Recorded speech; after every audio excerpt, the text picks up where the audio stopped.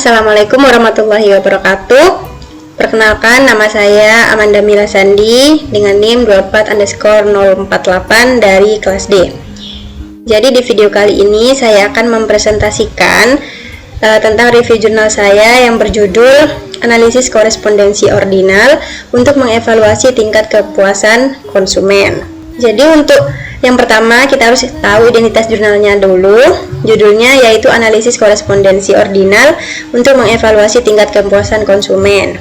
Penulisnya Tia Fitria Saumi Andreas Tripanuju. Tahunnya 2020. Nama jurnalnya StatMat atau Jurnal Statistik dan Matematika. Untuk link jurnalnya mungkin nanti bisa diakses atau tidak, nanti saya sertakan di deskripsi videonya.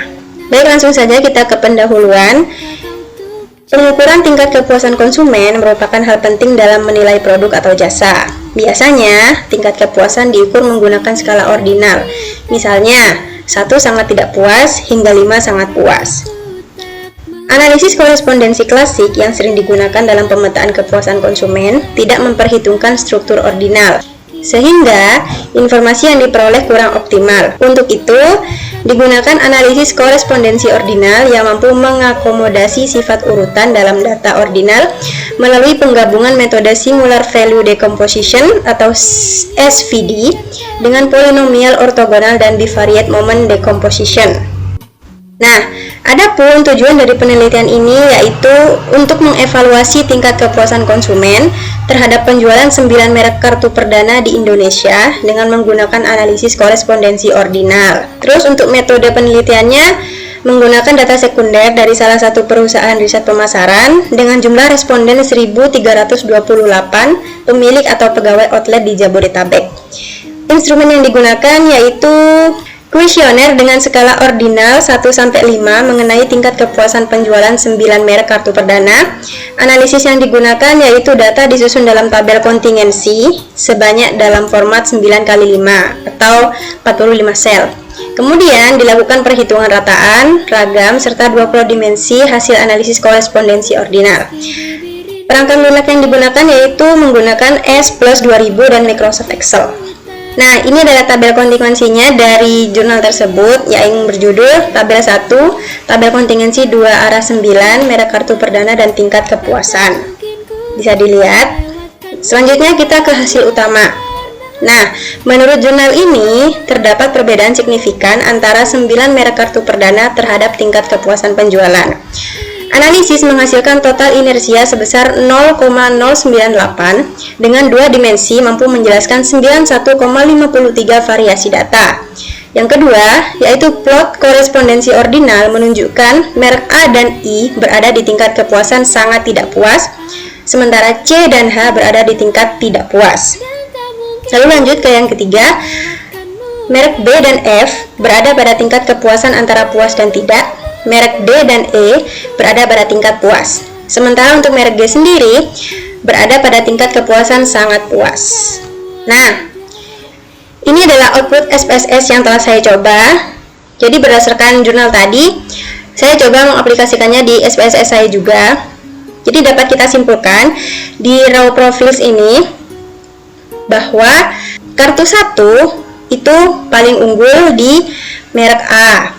Sedangkan di kartu 2 paling unggul itu di merek I. Sedangkan di kartu 3 yang paling unggul atau yang paling besar nilainya yaitu adalah di merek A. Sedangkan di kartu 4 yang paling tinggi nilainya yaitu adalah di kartu B. Sementara di kartu 5 yang paling disukai konsumen atau yang paling banyak nilainya yaitu adalah di kartu D. Sementara untuk di kolom profil, cara membacanya adalah kita baca dari sudut per kolomnya. Kalau tadi raw profils kita baca dari per baris, untuk kolom profils kita baca per kolomnya. Jadi dapat disimpulkan berdasarkan output ini, berdasarkan merek A, kartu yang paling disukai konsumen adalah kartu 3. Berdasarkan merek B, yang paling disukai konsumen adalah kartu 4. Berdasarkan merek C, yang paling disukai konsumen adalah kartu 3. Merek D yang paling disukai konsumen adalah kartu 4. Kartu E yang paling disukai konsumen adalah kartu 4 juga. Merek F yang paling disukai konsumen adalah kartu 4. Merek G yang paling disukai konsumen adalah kartu 5. Merek H yang paling disukai konsumen adalah kartu 3. Sementara merek I yang paling disukai konsumen adalah kartu 3 juga. Nah, lanjut ke poin summary atau output summary. Untuk melihat output summary atau untuk menginterpretasikan output summary, kita tinggal melihat dimensinya di bagian proportion of inertia di bagian accounted for. Jika nilainya lebih besar dari 0,2, maka dimensi itu yang digunakan. Nah, berdasarkan output ini, dimensi 1 di proportion of inertia atau di accounted for-nya itu nilainya sebesar 0,784 atau jika dipersenkan menjadi 78,4%. Yang berarti lebih besar dari 0,2 sehingga dimensi ini digunakan. Yang dimensi kedua juga sama.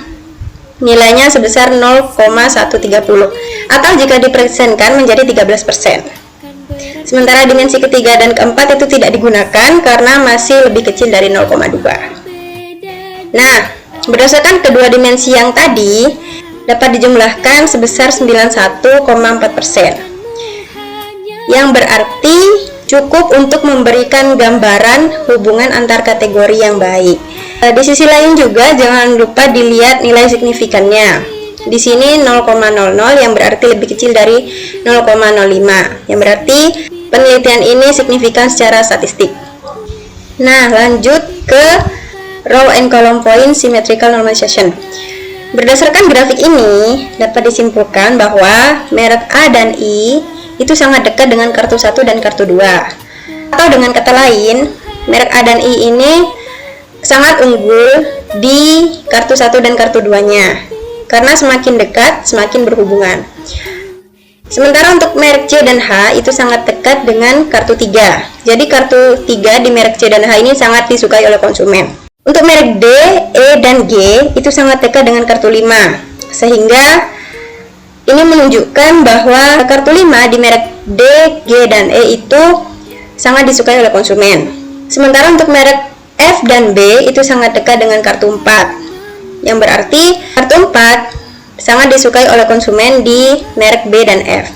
Berdasarkan grafik ini dapat disimpulkan bahwa semakin dekat merek dengan kartu, bahwa semakin berhubungan antara keduanya.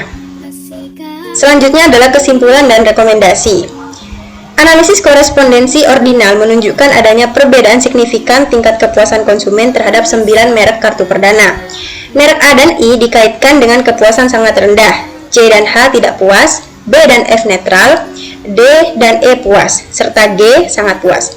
Hasil ini menegaskan bahwa tiap merek memiliki posisi berbeda di benak konsumen dan membutuhkan strategi pemasaran yang sesuai. Sehingga rekomendasi dari saya berdasarkan penelitian yang telah dilakukan atau yang telah saya coba di SPSS tadi, merek A dan I perlu evaluasi besar-besaran, baik dari segi kualitas produk maupun strategi penjualan. Untuk merek C dan H, yaitu hanya perlu fokus pada peningkatan layanan dan daya tarik produk, misalnya melalui promosi harga atau peningkatan pelayanan outlet. Untuk merek B dan F berada di posisi netral, sehingga perlu strategi diferensiasi yang jelas. Untuk merek D dan E sudah berada di tingkat kepuasan yang baik, sehingga strategi utamanya adalah mempertahankan kualitas dan melakukan inovasi agar konsumen tetap loyal. Untuk merek G, karena menjadi merek dengan kepuasan tertinggi, tetapi juga tetap perlu menjaga konsistensi pelayanan dan kualitasnya. Selanjutnya adalah kelebihan dan kekurangan dari jurnal yang saya review. Kelebihannya yaitu menggunakan metode analisis terbaru, yaitu korespondensi ordinal, yang lebih sesuai untuk data berskala ordinal. Menyediakan visualisasi data dalam bentuk plot 2 dimensi yang mudah dipahami. Sampel penelitian cukup besar, sebesar 1328. Memberikan kontribusi metodologis dengan menguraikan inersia ke dalam komponen linear, kuadratik, dan pangkat lebih tinggi. Namun kekurangannya yaitu data hanya diambil dari wilayah Jabodetabek, sehingga hasil belum tentu mewakili seluruh Indonesia. Yang kedua, hanya berfokus pada satu aspek, penjualan kartu perdana, belum mempertimbangkan variabel lain yang dapat mempengaruhi kepuasan. Yang ketiga, Hasil visualisasi dan nilai statistik dijelaskan dengan baik, tetapi interpretasi implikasi praktis bagi perusahaan relatif terbatas. Yang keempat yaitu masih menggunakan software terbatas, contohnya seperti S+2000 dan Excel. Padahal kini tersedia software statistik yang lebih populer, contohnya SPSS. Nah, setelah mereview jurnal tersebut, ada pun pelajaran yang saya dapatkan, yaitu analisis korespondensi ordinal dapat menjadi metode alternatif yang lebih akurat dibandingkan analisis korespondensi klasik untuk data ordinal. Hasil analisis tidak hanya menunjukkan perbedaan antar produk, tetapi juga kedekatan pola kepuasan konsumen antar merek. Pentingnya visualisasi data multivariat dalam membantu pemahaman hubungan antar variabel. Terakhir dari saya, saran untuk jurnal ini yaitu perlu memperluas cakupan responden ke wilayah lain, menambahkan variabel penjelas untuk memperkaya analisis kepuasan konsumen, memberikan pembahasan lebih aplikatif, misalnya rekomendasi strategi pemasaran bagi perusahaan berdasarkan hasil analisis.